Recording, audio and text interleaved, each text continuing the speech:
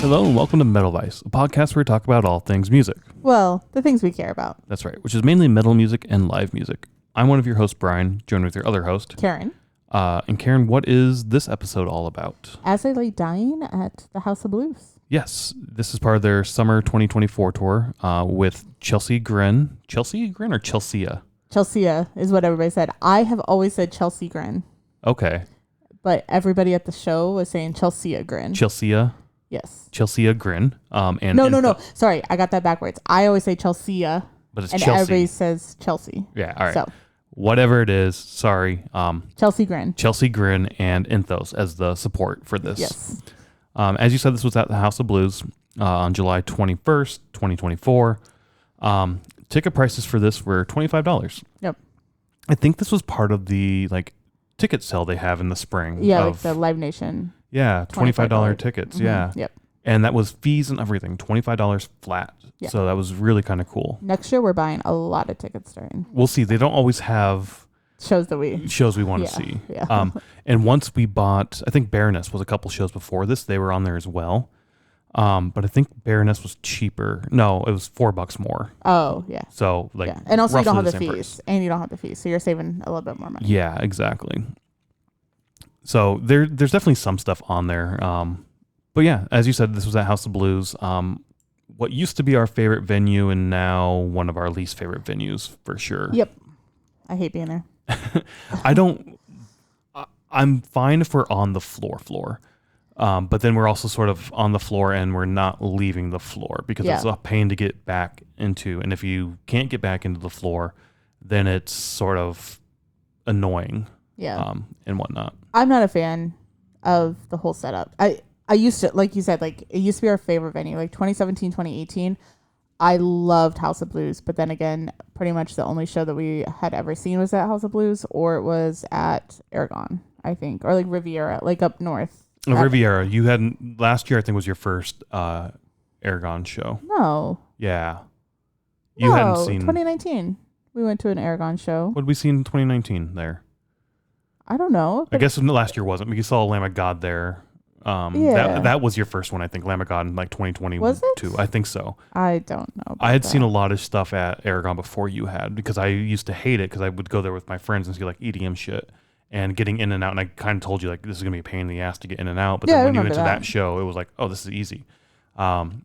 Riviera we saw in 2019. That was Arch Enemy and Amon Amarth. Yeah, was up there. So, anyways, we've been to the Vic a couple times and stuff. Yeah. But anyways. I just hate the setup where it's you have to go down into the floor area. Yep. And like you said, once you're down there, it's you're either down there or you're going to fight your way back if you want to go get back down in there. Yep.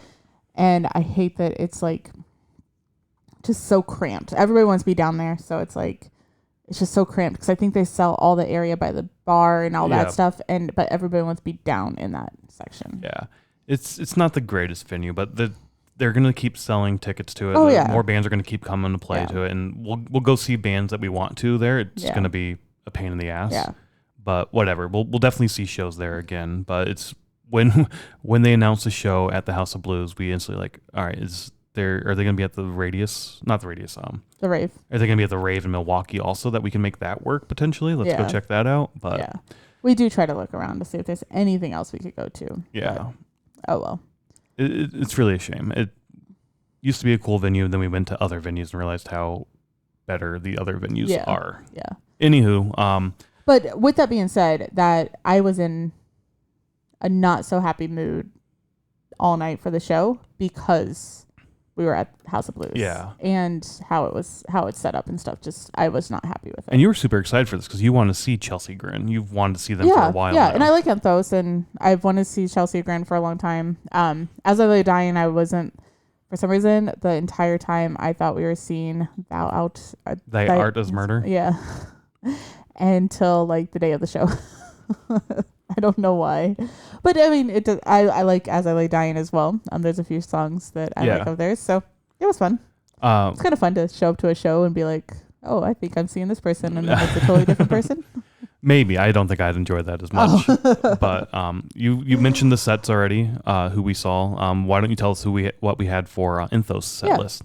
So they played All for Nothing, Absolute Zero, In Purgatory, An End to Everything, I Am the Void, Life in Slow Motion, White Noise 2, and they ended with The Sinking Sun. We had seen them last year for the first time. Yeah, with Whitechapel. At House of Blues with Whitechapel. Yeah.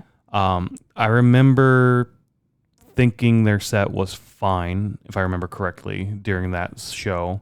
But wasn't like super blown away or super impressed. It was like, they're fine. I'll go see them again, but it's like nothing I'm going to reach for that often. I think you loved them. Oh yeah, that first show. Yeah. So I think we ended up buying a vinyl at the show. Did we have theirs? I think so. Okay, yeah. No, I really like Entheos. I don't listen to them that often, but it is something that like when it comes on like on either a playlist or like on Instagram, like if I see something with her singing or something, I'm always like, oh yeah, Entheos. I really like Entheos. Oh, that's right. That's where you found out about her. Yeah. She used to sing. Did she do something with another band? Mm-hmm. No, she's always been with Entheos. Okay, I'm getting that mixed up with there's a bunch of people who Vicky are out there as well that was with a different band. I can't remember who Vicky was, but I also follow her. But yeah. Anyways. Okay. But yeah, like I said, that first time I saw them, I wasn't like, oh my God, this is awesome. I love this. Like I said, you were. Yeah. Yeah. So I went into this show being like, it's going to be fine. I'm going to enjoy it. It's going to be a good show, but it's not going to be my cup of tea. But I think And Into Everything is a new song of theirs for a new album coming out or something like that. And once they started playing that and it went from like the harsh to the clean vocals and back and forth, I was like, holy shit, this is fucking awesome. It better. Yeah. And then after that is I Am the Void, which was another clean vocal track. And I was like, holy fuck, this is awesome. And from that point on, I was like, all right, I like this a lot. This is a really good You really set. like the death metal or deathcore, like the deathcore bands that do that, like with the clean and dirty vocals. Yeah. Or harsh vocals, whatever you want to say. I call them dirty because I mean, like, it is clean. And the opposite of clean is dirty. So like, harsh. I feel like harsh is what most people say. It is, but yeah. I like dirty better personally, but it's not gonna stick. No, yeah, I do. I like that a lot. I like the transition of the clean and the harsh going back and forth. Yeah. I love when that happens. I love when bands can do it and do it effectively. Yeah. And these two tracks they did it effectively, and it was fucking awesome to see. Yeah, I really enjoyed this set. I don't really remember. I don't remember the set when they played with Whitechapel at all. Like even when I think about it, I'm like, I can't picture it at all, if that makes sense. But this here, like, there's moments where I'm like, oh yeah, like I remember like seeing her sing that way, or whatever. So I don't know if it's from Instagram seeing her or like from that set, but yeah, like it was really cool to see them again.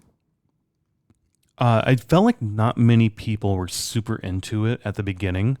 There were a couple of people who were jumping around having a good time, but then they brought the crowd around and like, I want to see you guys get in a fucking pit. Let's go. Yeah. And by the end of it, the crowd was super fucking into it. But at the beginning of the set, I did feel like the crowd was just sort of like standing watching. We're here. We're waiting for Chelsea Grin. We're waiting for As I Lay Dying.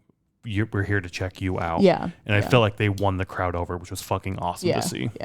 That is kind of fun to see, like when openers do that, because there have been a lot of shows that we've been to where either the openers, like everybody's just kind of like standing there, just kind of waiting for their 30 minutes to be over, or it is kind of like this where it's like the first couple songs or first couple tracks, like everybody's just kind of standing, like getting your beer, whatever you're doing, and then it's like either a certain song hits or something happens where it just like changes the pace of the night. Yeah, it was awesome. I loved it so much. And again, those two middle cleaner vocal tracks were what really cemented it for me. Like, all right, this is fucking good. And I was like, all right, I'm sold now. I'm in on this. Yeah. Have you listened to them since? I have not. No. Oh, okay. I've listened to most of the show since. I didn't listen to As I Lay Dying, but I listened to Entheos and Chelsea Grin. Sorry. After, I don't know how many years I've said Chelsea, so it's hard, it's hard to like go back to saying it a different way. Yep. But I never had heard somebody say it. I was always just reading it, so I thought it was Chelsea. Gotcha. So. Well, since you were reading that, why don't you read off their set list then? Sure. Yeah, so they started with Recreant, Sonnet of the Wretched, The Isness, I think I'm saying that right, Bleeding Sun, Playing with Fire, Dead Rose, My Damnation, Sing to the Grave, and they ended with Hostage. Yeah, another band I didn't know anything about. Oh, I know really? you were super excited for it, so I assumed it was like a metalcore, deathcore type band. Yeah. You're really into that shit. And yeah, deathcore. That wonderful music. Sure. Deathcore, I would say, right? Yeah, deathcore, grindcore, something like that. Yeah. I enjoyed their set a lot. I really did enjoy it. Did you really enjoy it? Yeah. Oh, I'm so glad. Yeah. Sometimes when we go to these kind of shows, I'm like, oh, Brian's gonna hate this. I enjoy the metal, like the deathcore, more than I do metalcore. Metalcore just pisses me off more than anything else. There are some good metalcore bands out there that I do enjoy, like Wage War. I think their sets are a blast. The crowds are fucking into it and insane all the goddamn time, which is awesome. I love being in the crowd for that. But there's other metalcore bands that are just very emo-y and whiny and just bitchy and like, shut the you're into it, you like the music, other people are into it, they like the music, that's great. Find your thing, like your thing. Don't listen to my old fucking ass tell you that it's shit music because whatever. The music I listen to, you would say is shit. That's fine.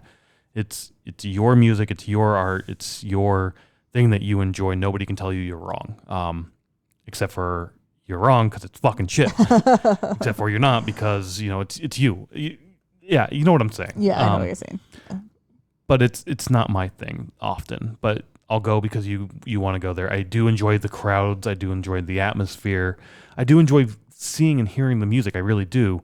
But it's not something I'm going to listen to again at home. And that's fine. Yeah. But this, I liked this a lot. It was really good. Good. Yeah, I enjoyed this set a lot. I enjoyed this music a lot. I need to listen to them more now as well. But I probably won't listen to them outside of the playlist until we go see them live again. And that's how Whitechapel was for me. Yeah. You introduced me to them through a live show. I liked their set a lot. It took like one or two more shows before I really started like getting into it. And like, all right, now I need to go listen to it at home as well. Yeah. Because I usually fall into the same pattern if I just listen to the old shit that I've always listened to, which I'm working hard to get out of. But yeah, I don't know. I do that too, though. Like there's certain bands that are on my top Spotify, like whatever they call it, like dashboard or whatever, like what you normally listen to. And that's normally what I go to. And there's been a couple days where I'm like, recently where I'm like, I need to do better at searching out something new or just letting Spotify choose what I listen to. Cause I really enjoy that as well when I just pick a song and then like it just randomly picks a song. Yeah. But there's so much where I'm like, okay, Lamb of God, or like, but not in that way of like, I want to hear this song. So then I just like go to Lamb of God and listen to all their music. And I do the same thing you were doing. I'll search things out. At work, we have a metal Slack channel where somebody will always post the new metal music or the new albums that come out. And I'll listen to like that album that gets posted on there. And then I'll go back and just like after that, all right, now let's go back to Lamb of God. Let's go back to Amon Amarth. Let's go back to Metallica and listen to that kind of shit. Yeah. After I do it that one time, but I don't often go back and listen to it again. Yeah.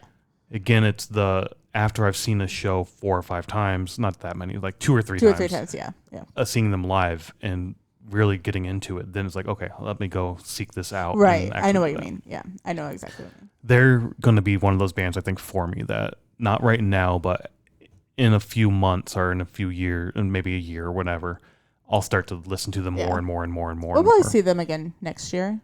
I hope so. They'll probably be back. I think they come back a lot because this is the third show, I think, in Chicago, and we just happen to be able to go to it. Like, there's been other shows, but it really? It's like, we can't. Either that or one of them, like, I didn't even know about until after, like, it happened or whatever. So, yeah. But either that or we weren't home. Because I remember being like, oh, man, I'm going to miss that or whatever. But yeah, I can't tell you much about their set. Playing with Fire, I think the crowd got really into that. Yeah. They were super excited for that. Bleeding Sun's the one song that I know from. Like, I don't listen to Chelsea Grin that often, but like they come up on playlists, and Bleeding Sun's the one that is in my mind of knowing. I'm sure I've heard a lot more of them. Just not something that has come up. All in all, though, the set was awesome. The crowd was super fucking into it. They did a Wall of Death. I remember that. Yeah, I remember that. And I'm like, I think that's the second Wall of Death at House of Blues that I've personally seen. And I'm like, I fucking hate the Wall of Death here. Like, something like the Aragon or something like that's better just because it's a more wide open floor. But, yeah, Sorry, I'll stop shit talking House of Blues, but until the next show that we see there. But I thought it was funny because there were a lot of people, couples who would come over and they're like, I don't want to be in the wall of death. I don't want to be here. I don't want to be near this. Do you know, this show, and I don't know what it was about this show, but there was actually 3 couples I think that I saw where like it almost seemed like the man or the guy like brought the girl to the show, and the girl wasn't really into it, and they were more like protecting.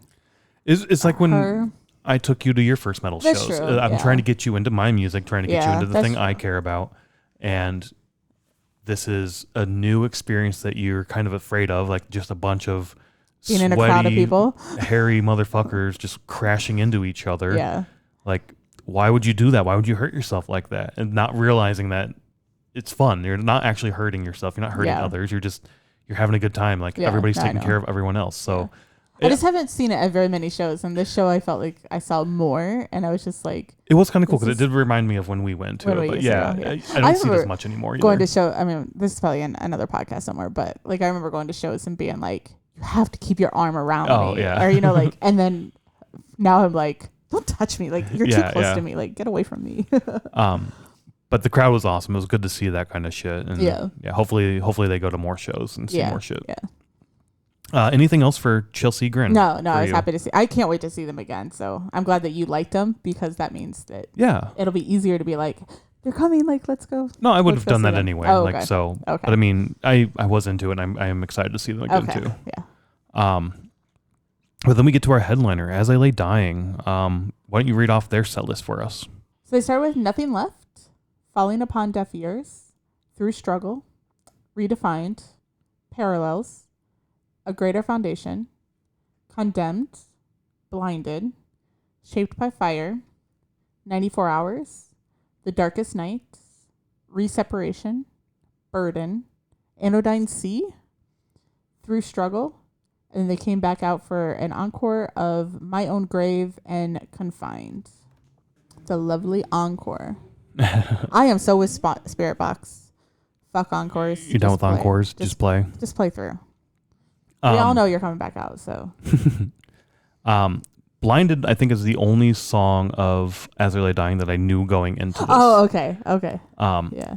And whenever it comes on shuffle, usually it's when I'm listening on shuffle, and I've probably heard a few of these other ones as well. Yeah. I always get confused and can't remember if it's them or In Flames that song is. Yeah. Or even somebody else like Parkway Drive or something. Dude, I feel like we've had that come up like recently in the car where I'm like, who is this? Yeah. And then we would be kind of going through like, oh, is this In Flames? Is this, you know, like, who is this? Yeah. And I think we've done that before. There's a few songs that Blinded. I know Through Struggle, I think I know, in My Own Grave. Okay. I know, yeah. I don't listen to him that often, but yeah, I was like, this is a metal show. Let's go check it out. Chelsea Grin was there. You wanted to really see them. Entheos we'd seen before, so it's like, let's go check this out. I don't really know As I Lay Dying all that much, to be fair. And I don't know why. I never got into them. Yeah, They've I was thinking the same thing. The early 2000s. Yeah, I was thinking the same thing, because I think I even said, like, as we were walking home from the show, I think I was like, I wish I was really into their music, because I think I would have had not that I didn't have a good night. It's just like, I think I would have had a fantastic fucking night if I would have. You know the music better. You know when to sing, what to sing. Yes. You know what the big moments of the song is going to be, and all of that stuff. Yeah. We've talked about that a lot, of like going in blind or trying to know the music ahead of time. And we're torn on what we like doing. I'm still on the mindset of go in blind and let the live performance be I think so your introduction. Yeah, like as that is your first time. And then kind of like what you're saying with Chelsea Grin, where it's like, okay, so the next time we see them, it's like, now we know the music, you know, like we'll listen to them throughout the year and then see them next year or in a couple of years or whatever. And I think that's how As I Lay Dying is, because even the very next day at work, I think I listened to them for a couple hours. Like, it was... Yeah, I listened to them a bit as well. And again, I don't like... Their first albums came out in those early 2000s time frame, and that's right when I was, you know, getting into metal and doing my exploring. So like 2003. Yeah. And... I thought it was 2004, so I'm sorry. I don't know why I would have never, like... picked it up. Yeah, I don't know why I never got to this, but like Lamb of God, I easily picked up and ran with that. Yeah. Killswitch Engage, not as much as Lamb of God, but still another band that I picked up and listened to a lot in those early years as well. And yeah, I just don't know why this band never sort of crossed my radar back then. Maybe they never came to Iowa, so it never that could was be like on the radio in Iowa. It definitely wasn't on the radio in Iowa. Yeah. I feel like that's a big thing with Laser that we used to always listen to in Iowa. Is like they would play the same bands over and over and over and over, and they wouldn't really play a band unless they were touring. Like, they played in 2019. Slipknot was playing the Iowa State Fair, and they played Slipknot on the radio that day. Because I remember being at the state fair, and you walk by the booths, and they have the radio station on, and they were playing Slipknot there, and I even told my aunt, I was like, they don't play this, like this is never on the radio. They've played more Slipknot lately, but it's after Volume 3 Slipknot. It's not Iowa or Slipknot, right? But also you just don't really hear it. You don't know. We were back for we were back not long ago, and Rock 108 in the Cedar Rapids area started doing a mandatory metal every day at like 6 p.m. or something, and they'd play 2 metal tracks, and they played Slipknot during that. Which is kind of weird. Like, you guys been asking for actual metal music, here it is finally. But yeah, like this wasn't on the radio. I don't remember. I wasn't going to many shows back then also. I was going to a handful of the bands I knew about and liked. But again, this just never crossed my radar. And listening to them play at this show, I was like, this gives off heavy Killswitch Engage vibes to me. Like, it sounds very, very similar to Killswitch. And I didn't get that the night of the show, but then the next day when I was listening to them, totally. Like, the same, not the same sound, but like the same cadence and like types of songs. And it's like Shine Down, 3 Days Grace, Pop Evil, those type of bands, those like radio metal bands where they all are different, but they all are very similar and sound very similar to each other. Just like Killswitch Engage and As I Lay Dying, to me, they are different. They're not the same. They do sound different, but they sound so similar that you can kind of lump them together in that thing. Good thrashy sounds to them, good new metal sounds to them. I really liked this set, and I'm kind of in the same boat you are. As I wish I knew their music better. The next time they come, we'll know their music a little bit more, just because we'll be listening to it. Yeah, and definitely be checking it out for sure. But yeah, I don't know. I'm still just like at awe that I never really caught on to this band and never really latched on like I would have. Imagine I would have done when I was younger. I wonder what label they were on initially. Back in the day, like in 2003. Yeah. Can you go to Spotify and see the label? No, I don't think so. Or is it like on Wikipedia? Okay, looking at their discography on Wikipedia, it looks like their first few albums were Metal Blade Records. And I really wasn't into Metal Blade. Like, I wasn't. Roadrunner was my main label, and I would go to their website and just go to their artists, and every artist they had on their website, I would then go and find. Okay. Yeah. So that kind of explains why I never got into them, I think. So they went from 2012 to 2019 without an album. Must have. Yeah, I took must be their long hiatus there. Well, a lot of bands did during that time, remember? See, I don't know. That's when I started falling off of metal as well. Like, I just wasn't into it, and the metal wasn't that great at that time. And I feel like because like I think Slipknot took a little break right then. Disturbed took a break during that. Like, there was a lot of bands during that time that I felt like took a break. Took a hiatus type thing. Yeah. I mean, at the time we only listened to like 5 bands. So. Yeah. But yeah, I'm surprised that this never came up for you I didn't really listen to that much metal back then. But yeah, I'm really surprised. And they're on Nuclear Blast now, which is a label that I'm familiar with, and I like a lot of their stuff. Helvetia, I think, is on Nuclear Blast. Yeah. But yeah, I think that, all right, so that describes why I never really got into them, because of Metal Blade. And you were saying that Metal Blade, you just never really went to their discography to find artists that were on Metal Blade? Yeah, so like exploring music when in the early 2000s with me was I found Metallica and then I went and found everything that sounded like Metallica and got all that. Yeah. So I got, the big four from that. After that, it was Slipknot. Let's go down the Slipknot hole. Let's get System of a Down. But then finding that Slipknot quickly became my second favorite band after Metallica. That is like, all right, they're on Roadrunner Records. Oh, okay. Let's go to that record label. Yeah. And they had an artist page that you go click on the artist, and they had all the artists listed. And you would just go, and all right, I'm going to start listening to Cradle of Filth. I'm going to start listening to, I think Lamb of God was on there. So that's sort of how I found all of those bands. Okay, yeah. But yeah, as I lay dying, I just never really crossed paths with their music before recently, with that one song, Blinded. Yeah, yeah. Is Blinded on the radio, maybe?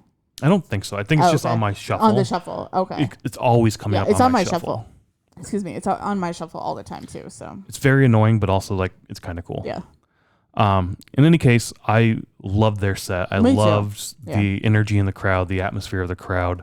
It just, like I said, the beginning of Entheos, where people didn't seem all that into it, but she got them all around. Yeah. And then it just never stopped. It got better and better and better as the night went on. Yeah. Pits were fucking massive. There was a guy who like was holding his eye, and the guy behind me was like, he lost his glass eye. I was like, what the fuck? Really? That sucks. Eventually comes back with his head wrapped in bandages and goes like right back into the pit. And you were going to the bathroom afterwards, and I heard somebody else call out this guy, and he's like, dude got himself a concussion, went right back into the pit, had to get himself one more concussion for the night. I don't know. It was fun. Yeah, like once he went back into the pit, though, I didn't see him like after like a couple minutes. Yeah. So yeah, and I'm reading Randy's book right now, so like head trauma, getting hit in the head, like that's a scary fucking thing. Yeah. So hopefully he took care of himself and everything's good. Yeah. But yeah, the crowd was awesome. The music was awesome all night long. The venue was, it is what it is. I wish I didn't have such the poor ass attitude about going to House of Blues, but that really fucked up my night. I don't know. Maybe next time I need to like have a better attitude about it. Yeah. But yeah, it was live music. Live music was fucking awesome. Just go check it out, and we'll see you at the next show. Yep. Bye.